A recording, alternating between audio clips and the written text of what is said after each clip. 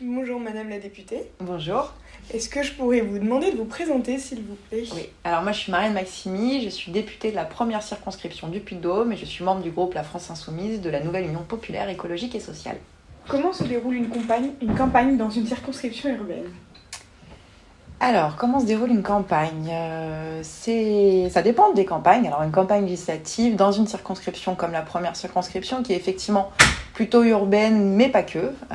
On a aussi des communes qui sont pas forcément aussi densément peuplées que Clermont-Ferrand.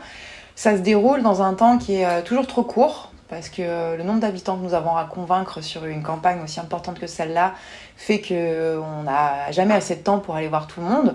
En tout cas, nous, on avait fait une campagne sur la première circonscription avec beaucoup de militants et de militantes.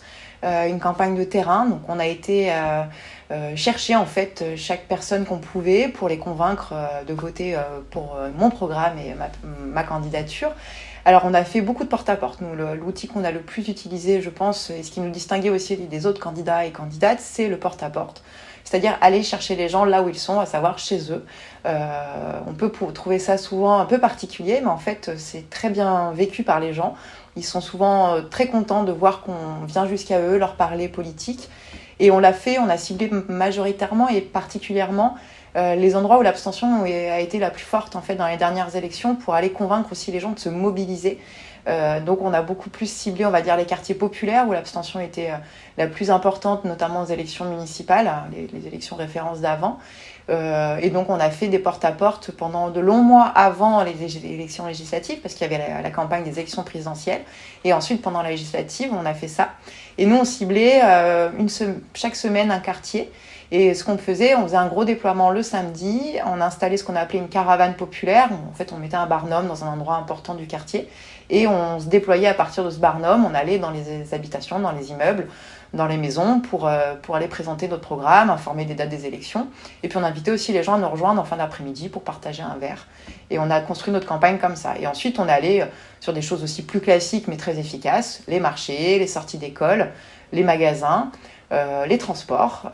On a essayé de cibler là où en fait les gens se trouvent, donc les lieux de travail. Et ensuite, c'est beaucoup de communication aussi sur les réseaux sociaux, qui est un outil évidemment très important, pas forcément pour convaincre individuellement, mais pour aussi montrer une dynamique de campagne, le sérieux d'une campagne, et aussi avoir des relais médiatiques de ce qu'on fait. Comment se découpe votre semaine et votre temps en circonscription? Alors, on va dire que moi, j'ai pas eu encore vraiment de semaine type. On y reviendra après, mais moi je suis membre de la commission des finances, donc j'ai eu un début de mandat très chargé dès le mois de juillet où il y a eu des budgets rectificatifs, et ensuite de septembre à décembre où c'était le budget, le gros budget de l'année.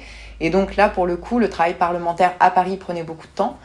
Là, depuis la fin du budget, je répartis ma semaine en deux parties. Le début de semaine à Paris et le reste de la semaine à Clermont-Ferrand et en circonscription.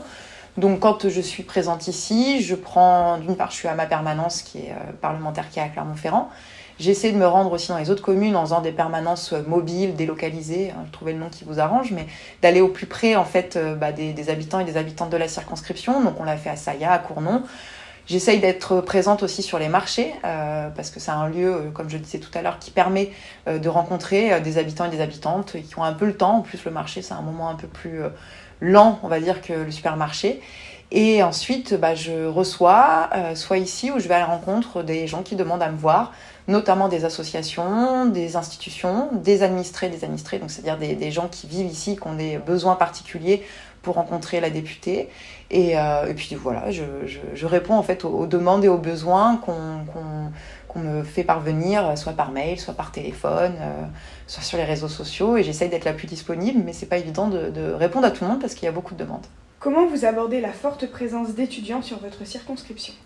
Alors je l'aborde d'une part de manière très politique, c'est-à-dire que les étudiants à la fois sont des personnes qui ont des problématiques particulières, notamment de précarité. On le voit depuis des années, et notamment depuis la crise Covid, où Les étudiants et les étudiantes ont de grandes difficultés aujourd'hui. Ça se voit dans les besoins en aide alimentaire, par exemple. Donc sur des questions vraiment de précarité. Mais les étudiants sont aussi des personnes de la vie quotidienne. C'est pas forcément le statut étudiant qui détermine les gens. Mais en tout cas, on essaye de faire ce travail-là avec les étudiants. Moi, j'étais par exemple présente sur l'université en mois de novembre. On a fait une conférence sur les facs avec un autre collègue député, Damien Maudet, qui est de la Haute-Vienne, donc presque notre voisin, pour parler justement de la jeunesse, des étudiants, de la précarité étudiante et des solutions qu'on propose.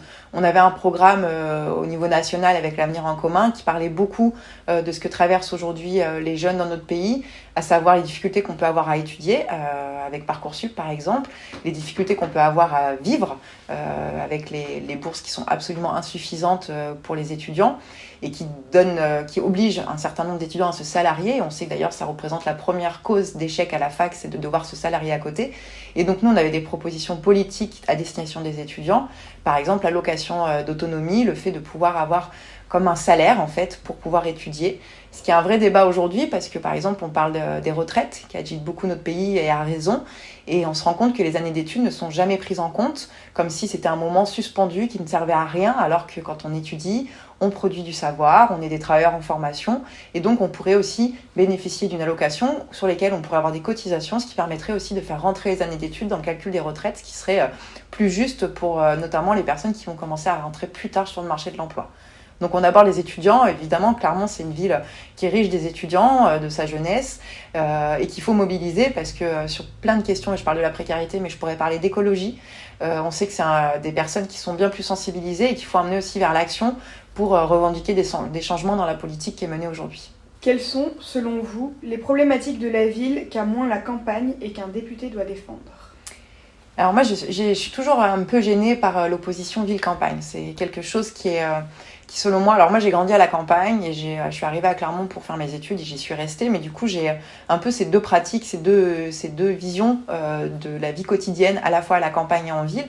Et il y a beaucoup de choses qui sont ce qu'on peut me ramener, en tout cas moi ce que je peux entendre quand je retourne à la campagne dans ma famille ou ce que je vois sur le terrain à Clermont-Ferrand ou dans la circonscription, c'est des choses qui sont assez similaires. Aujourd'hui, les gens me parlent de pouvoir d'achat, de salaire trop bas, de difficultés à boucler les fins de mois, de crise énergétique et de factures d'énergie bien trop chères. Et ça, en ville et à la campagne, c'est exactement la même chose. On parle aussi beaucoup des services publics. À la campagne, évidemment, très fortement, parce qu'on voit bien qu'aujourd'hui, c'est un manque de services publics. Mais en fait, en ville, on vit un peu la même chose. Il suffit d'aller dans les quartiers populaires des quartiers nord de Clermont pour se rendre compte que le manque de services publics, c'est aussi un problème qui est concret, qui est quotidien. Et donc, en fait, il n'y a pas forcément d'opposition. C'est des cadres de vie différents, ça c'est sûr. Il y a peut-être plus de facilité de mobilité en ville, par exemple. Quand on a un réseau de transport en commun, ça aide que quand on est en campagne où, du coup, il y a peu de choses qui existent et qu'on a besoin de sa voiture. Il y a peut-être plus de loisirs accessibles en ville, c'est sûr. Mais les difficultés, en tout cas, de précarité, et moi, c'est ce qui m'occupe, il me préoccupe beaucoup dans mon travail de parlementaire, de niveau de vie, de fait aujourd'hui comment on peut vivre dignement dans notre pays, c'est des questions qui traversent aussi bien les gens qui vivent à la campagne que des gens qui vivent en ville.